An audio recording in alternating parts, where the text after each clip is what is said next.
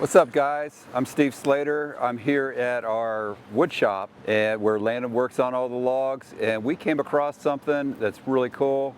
It's the number 2 log, the second log we ever made. A friend of mine called me and said, hey, look what I found, and we're going to recondition it for him, or Landon is. So come on in, take a look.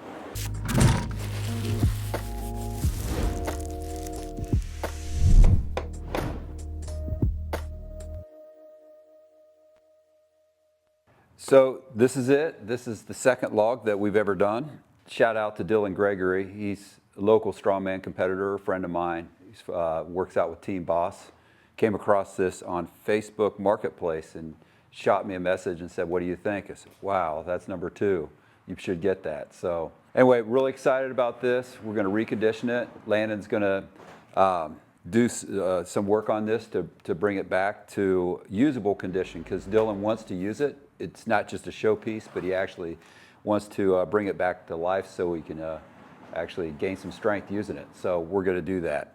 So this is the second log that we made, and we know that by this plate that we used to put on our logs when we first started, which had our website and then also the number, which was 002. So the material that this came from was from a good friend of mine who's Amish, and he made cabins. And I told him, hey, this is what we wanted to do. And he said, well, I can help you because I have the logs. And we would go out there and we'd pick through his logs to get like the best ones. And so this came from my friend. His name was Malin. And this is white pine. And what we did is we'd take the, at that point we had to debark the log. We had to take all the bark off the log, so we used a draw knife. I would go get the material, we'd pick it out, throw it in my truck, take it to the hardware store, bring it to the hardware store, throw it in the basement, take our draw knives and just start carving away on it. This one right here was made by me and also another guy named Matt Conrad, and then Tim Bolin started helping with that too. So we all got real excited about it. Thought, man, this is going to be great. This is the second one. This is a 10-inch, and that's where we started. It's about the right length for, you know, a beginner, and that's what we were at the time. So the main body of the log, the material of the log, is eastern white pine with this log. That's what we used to use. It was also green. It wasn't kiln dried. It would check, and that's what we see here. Now, what we use is southern yellow pine, and southern yellow pine is much more durable. It's a little bit heavier, and it's also kiln dried, so we don't have the checking occurring like this. But we're going to go through and we're going to repair this checking, and it's going to be just fine. So if you guys have a log that has a check like this, you can just like watch Landon as he's doing this, because it'll show you how to do it yourself. It's not a hard, project. It's pretty easy, and that way you can repair your own log and feel good about it. So, all right. First things first, we're going to take all the hardware off the log. Landon's using an impact driver here, but you can always use a socket set. So the log actually shrinks, so it does get tighter and it squeezes in the steel. So we made this handle remover years ago in the basement of the hardware to help us remove the handle, because it does shrink and it squeezes really hard. It makes it difficult to remove those old handles. You really don't need this tool. You can always use a crowbar to remove the handles. So here we're taping off the check to make a dam, so the Gorilla Glue doesn't get on like the outside of the log where it doesn't need to be.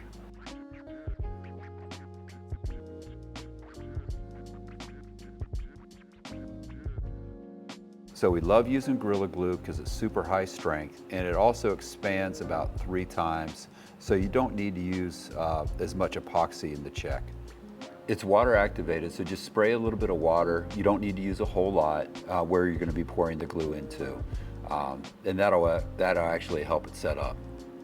You definitely don't want to fill the check up all the way with this, because you'll see later how much it expands.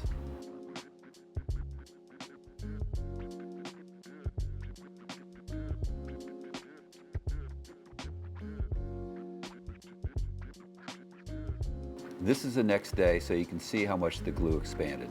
Landon's taking a metal putty knife, just taking away the excess glue.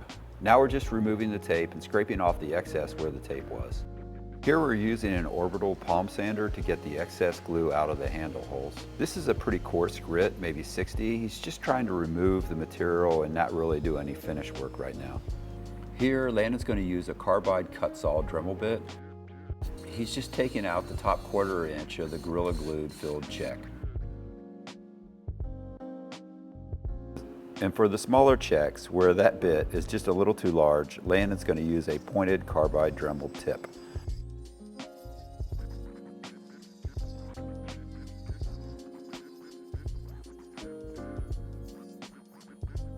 The next step is that Landon's going to fill this check with a 2-part epoxy mixed with sawdust. He's mixing it with sawdust so it looks like wood. It also keeps the epoxy from running all over the place. This isn't really necessary. It's just something we like to do, especially because this is the second log we've ever done, and it's for our buddy Dylan. So we want it to look really, really clean and really good. He's taping off the check because the epoxy will sort of stain the wood. So he doesn't want that epoxy to get on that portion of the wood. So that'll also help with cleaning up. It makes it a lot easier. All you have to do is pull the tape off and you're good. For the 2-part epoxy, really any sort of epoxy will work, but we really like the West Systems epoxy. There are some epoxies that you can't pour in, so you just want to find an epoxy that you can pour in.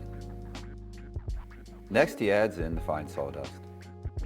The consistency of the epoxy should be, if you're like tipping the cup over, it's not going to all just run out.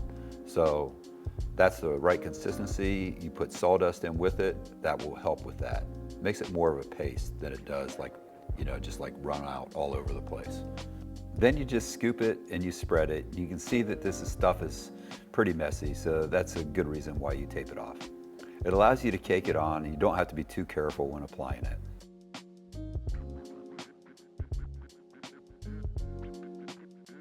While that sets up, the next step is to clean up the metal component. For super rusty stuff, it's really easy to use an angle grinder with a rust removing disc, or you can use a flat disc. When the epoxy sets up, it's a little rough. So Landon starts with a 60 grit, and then he goes to an 80 grit, and then to a 120 grit. Here, Landon's opening up the hole a little bit more using his chisel. You can always use a palm sander if you want, it'll just take longer. All the rust was removed from the handles and then finished with a clear coat spray. Any clear coat will work, you're just trying to prevent rust from occurring again. All right, he's finding the holes here and he's using GRK structural screws. There's a little bit of glue where the sleeve ends need to go, so he's just removing that.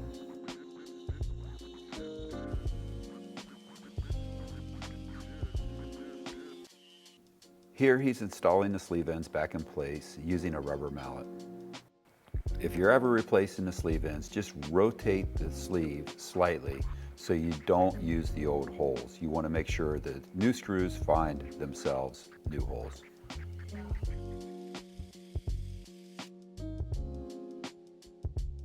And then here Landon's using a nylon bristle brush just to knock off the dust and dirt.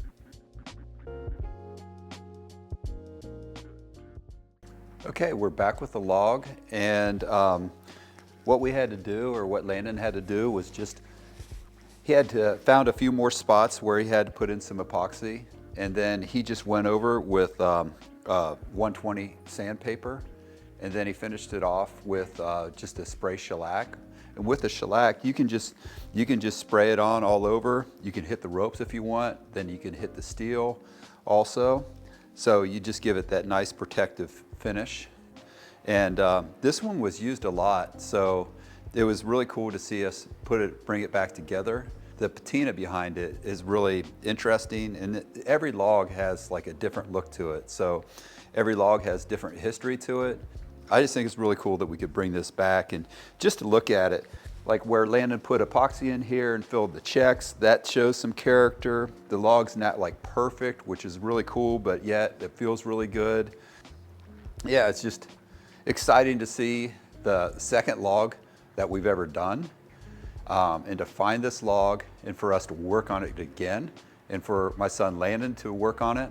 You know, when we first started, he was like this tall, and now he's you know, full-grown man that can make some kick-ass logs. So yeah, it's really neat to see that. So anyway, if you guys have old logs and you want to learn to restore them, this video is not like really a restoration how-to video, but kind of gives you an idea for how we do it. But if you have any questions at all, you can just put the comments down below, or you can email me at steve@slaterstrength.com, and I'll be glad to spend some time with you and show you how to refinish your own log. Until then, we'll see you later. Like and subscribe.